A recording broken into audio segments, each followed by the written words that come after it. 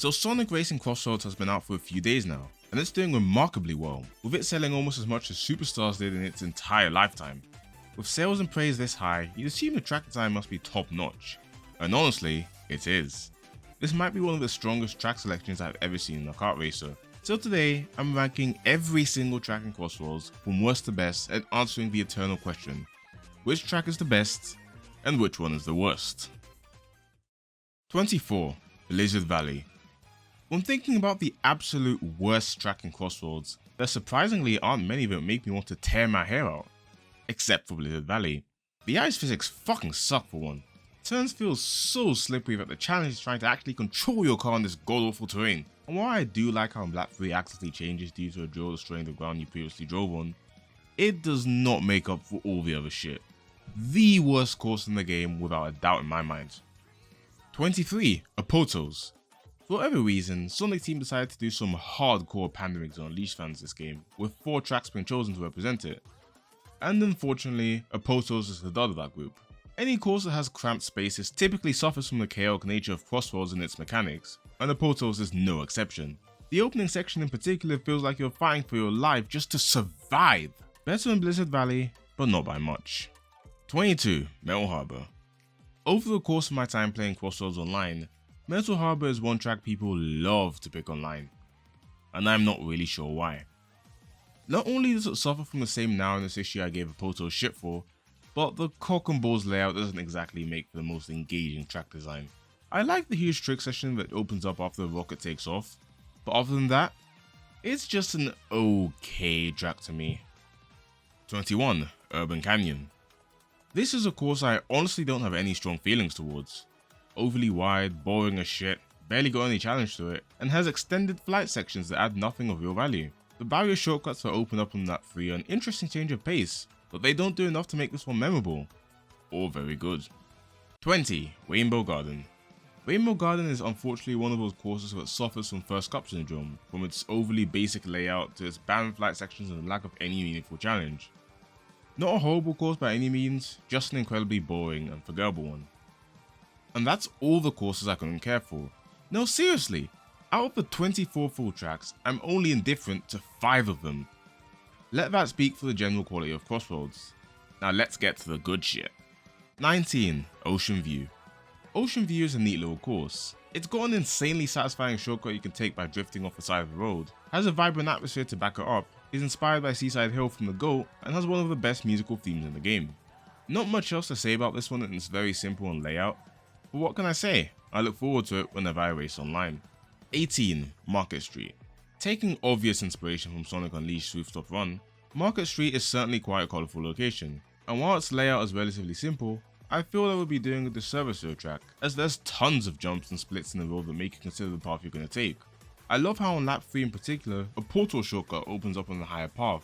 The music is also phenomenal, although I wouldn't expect any less from T. Lopes. Should I make a Crossworlds OST ranking at some point? Anyways, solid track that rightfully earns a spot in B tier. 17. Dumper Factory. Dumper Factory is a place I honestly have so many questions about. How did the Dumper manage to wrest the world to build this place? Is he essentially the Henry Ford of the Sonicverse, responsible for all their vehicles and shit? Is he hosting this tournament for good press to cover up some shady business practices? Wait a second. We've barely seen any humans in the Sonicverse recently. Has this guy been hiring people to kidnap the humans and exploit them for cheap labor? I see past that deceitful smile and jolly attitude, you piece of shit, Tanuki. And I'll expose who you truly are to the entire world to see. Just you wait. Oh shit, there's a whole ass course to talk about. It's got a lot of turns, a deceptively tricky shortcut that I've never been able to take without falling off, and features many dangerous obstacles that can be avoided through good driving. On the whole, a really solid course that kicks off one of the best cups in the game. 16. Crystal Mine. Initially, I didn't really care much for this track, even considering one of the worst in the game. However, once you get used to its layout, I think there's something special here. The terrain is angled in a ton of interesting ways, allowing for a lot of trick opportunities, and when there are turns, there's usually a higher and lower path which each have their own benefits and drawbacks. In addition to that, this is one of the best tracks in the game visually, and really makes me wonder what significance this place holds in the Sonic universe. Overall, a solid track that earns its place in the middle of B tier. 15. Water Palace. Water Palace is a fun time, and a really beautiful creation of the best course in Sonic Rush. Unfortunately, they didn't remix replacing it with this rather forgettable melody instead, which really sucks. Anyway, the big hurdle of this track is learning the water controls, as not knowing how to take corners effectively will lead to you rubbing against walls a lot and losing a ton of speed. Once you've mastered that though, a decently fun track to race on. 14. Sand Road. I typically despise desert tracks in racing games. More often than not, they're a pain in the ass to navigate and tend to be very dull visually. However, in spite of my prejudice towards this biome, I really do get a kick out of Sand Road. The sand makes turns much harder, but not in a way where they feel fucking impossible like Blizzard Valley, and there's a ton of off-road shortcuts you can use to catch up if need be. I also enjoy the brief Oasis section towards the end, and it does a fine job providing an alternate gameplay style to a level while also freshening up the visuals. A great course that unfortunately just misses out on A tier. With that being said though, let's move on to A tier. Tracks that are excellent and ones I generally have few issues with. 13. E-Stadium. As far as basic bitch starter courses go, this might be one of the best I've seen in any kart racer. E-Stadium is one of those courses that's simple on paper but has a surprising amount of depth to it. From the off-road shortcut that you can take on lap 3 with the blue boost panel that allows you to skip a whole turn, to the ring portal that teleports you way ahead of the competition but is suspended on a tiny ass runway that's surprisingly easy to fall off of. Truly, a phenomenal intro stage that sets the standard for the rest of the game. 12. Radical Highway. Radical Highway is one of those tracks where the course layout is very faithful to the source material, going as far as imitating the visual design of certain elements like ramps to better suit the course.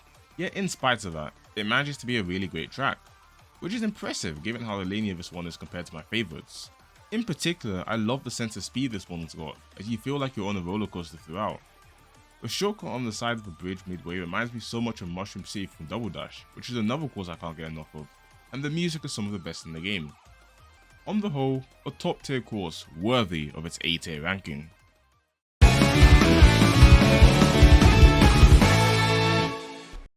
And with that, we're officially halfway through our lists. Yes, about half of this game's tracks are A tier or above. But what about the Crossworlds? Let's take a look at those quickly and see what they've got to offer. Number 15, Magma Planet. Quite easily the worst one on this list, and it's solely due to the fact that the Crossworld revolves around flight for 90% of it. 14, Skyroad. Shares a similar issue to Magma Planet, but handles it slightly better because there's more actual driving. 13, Kraken Bay. Cool theme and there's never a lack of things to do, but unfortunately there's too many obstacles to dodge and it kind of ruins the course for me. 12, Dinosaur Jungle. We're already getting to relatively good ones, god damn. Dino Jungle can be really satisfying to weave through on a good day, but the dinosaur RNG can really fuck over your day if it's not working in your favour. 11, Hidden World. Much like Skyroad and Magma Planet, this Crossworld has way too much flying for my liking. Unlike those however, the design is faithful to Lost World and this one is short and sweet. Plus, I'm kind of a Lost World apologist, so there's that. 10, Steampunk City. It took me a while to appreciate the design of this one, but time trials really unlocked the potential of this course for me. Super tight turns, a surprising amount of alternate pathways for Crossworld, and a really unique aesthetic that hasn't really been seen in Sonic make this one stand out in more ways than one. Only thing I wish it didn't do was make all the racing parts cramped. 9, White Cave. Like Steampunk City, I disliked this one quite a bit due to its layout and the fact I kept falling off it during intense online matches. Just like Steampunk City, my opinion on it has shifted quite a bit after time trialing it. It's not a masterpiece by any means and I don't think it compares to the original Riders course, but there's enough here for me to enjoy myself whenever this Crossworld gets picked. 8, Galactic Parade. In a trend that won't be going away anytime soon, Sonic Team have taken a quite linear level and transformed it into a stellar course. Although limited in routes, it more than makes up for it with its breakneck pace, and the egg chasers that shoot lasers at you act as an excellent obstacle while you're moving at such blistering speeds. Top Crossworlds. 7, Sweet Mountain. Sweet Mountain, other than being a visual treat, has some really solid track design. While being relatively linear, it still forces you to be on your A game in order to avoid slipping off an edge and running into obstacles such as those prick balloons at the end. Really solid track overall. 6, Digital Circuit. Another solid Crossworld. It's got insane visuals, really solid turns, a deceptively hard shortcut at the start, and originates from Shadow 5. What's there not to like? 5, Golden Temple. Alright, now we're getting to a Crossworld that are truly something special. Golden Temple has a lot of branching pathways and has this really interesting gimmick with these balls that remind me of Silver's Dusty Desert, where the challenge is avoiding them while making tight drifts. It's also got a water section at the end where you can get a ton of tricks in if you know what you're doing. 4, Roulette Road. Otherwise known as the best Crossworld in the Crows beta, Roulette Road still stands the test of time and is one of the strongest Crossworlds in the game, period. with chips on the road that need to be avoided to avoid losing speed, a roulette wheel where a shortcut can potentially be taken with a white wisp, and tons of tight turns that require the player to be alert in order to avoid hitting walls. And I expect nothing less from a track that originates from the GOATs. 3. Holoska. Based off the Wii version of Sonic Unleashed, Holoska certainly delivers when it comes to course design. The ice physics aren't nearly as annoying as Blizzard Valley, and in fact, enhance the simple layout of a track by forcing you to consider how you take certain turns. And don't even get me started on the water section, which houses some of the most gorgeous visuals in the game and has a flight section where you can get items at the cost of speed. Truly a magnificent Crossworld. Unfortunately for it, there's 2 I like just a little more. 2. Cyberspace. Cyberspace was comfortably the worst part of Sonic Frontiers for me. But when I say I was utterly shocked at how solid this Crossworld based off the city levels was, I really mean it. The theme song is phenomenal, the layout has the perfect amount of difficulty while remaining engaging as a linear course, and the shortcut at the beginning is super satisfying to pull off once you get a feel for it. There's just one Crossworld here that eclipses it in my opinion, which is 1. Dragon Road. When watching that Crossworlds animation they made to promote the game, I wondered why they used Dragon Road as a location, and after playing the game, I understood why immediately. Folks, this is a Crossworld so jam-packed with alternate routes and means of traversal that I'm honestly quite sad this wasn't fleshed out to become a full course. The water section alone has so many layers to it I could probably cover in another video. For now though, just know that this course is perfection in my eyes, and I'm sure many players around the globe feel the same.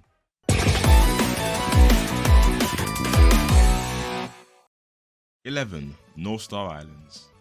Of all the courses that got revealed to us through trailers, this was the most surprising one to me. A course based off a classic Sonic game?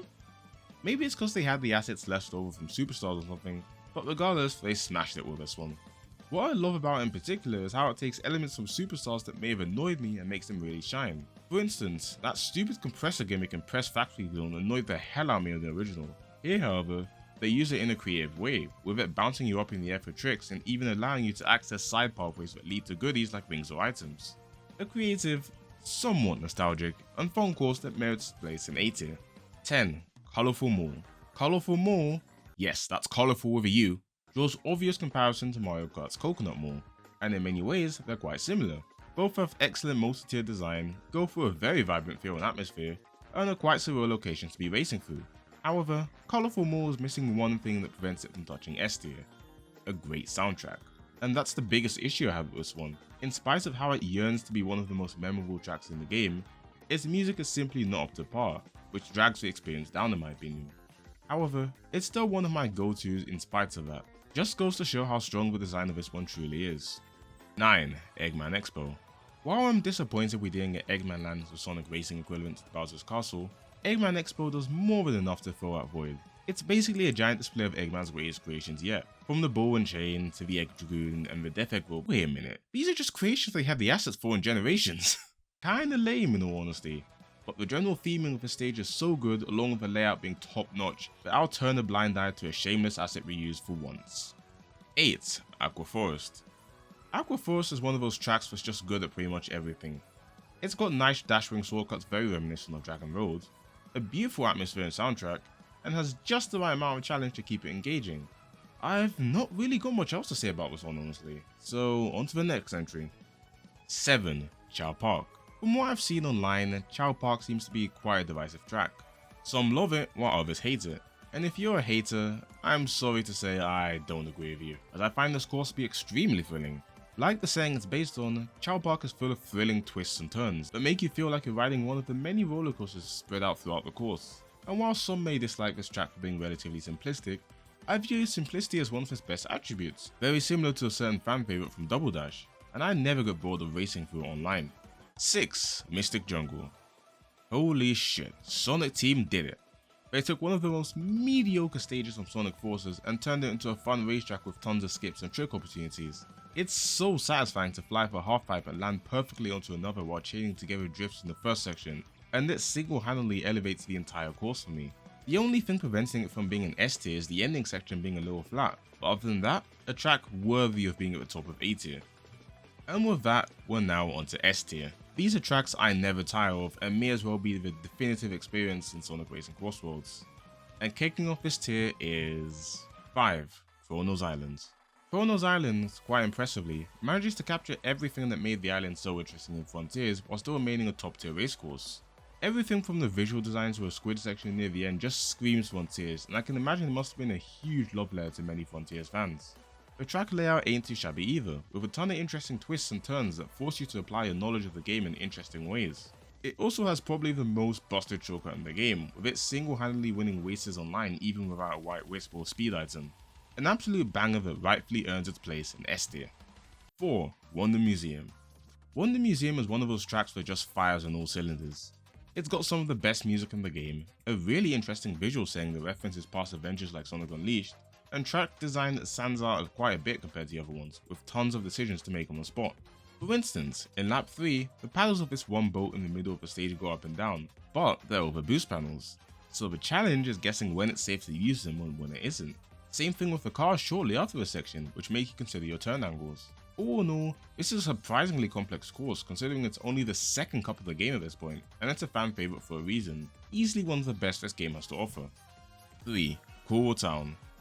This course is essentially the game's equivalent to Yoshi Valley from Mario Kart 64. For heaven's sake, look at the minimap! There's so many alternate routes and branching pathways that offer something different on every playthrough, and impressively, almost all of them have some sort of utility in the heat of the race. It's utter chaos at times, but in the best possible way, which is why it's ranked so highly on this list. 2. White Space. White Space is one of those areas I would never expect to see given life at the racetrack, but it fucking works. Besides being a stellar course in terms of layout, so much respect has been given to the original hub world that it's honestly kind of insane. While lap 1 covers the regular Shadow Gens area, lap 3 takes place in the Doom Zone, and you take to the skies much like you did in the original game when you were about to face Black Doom.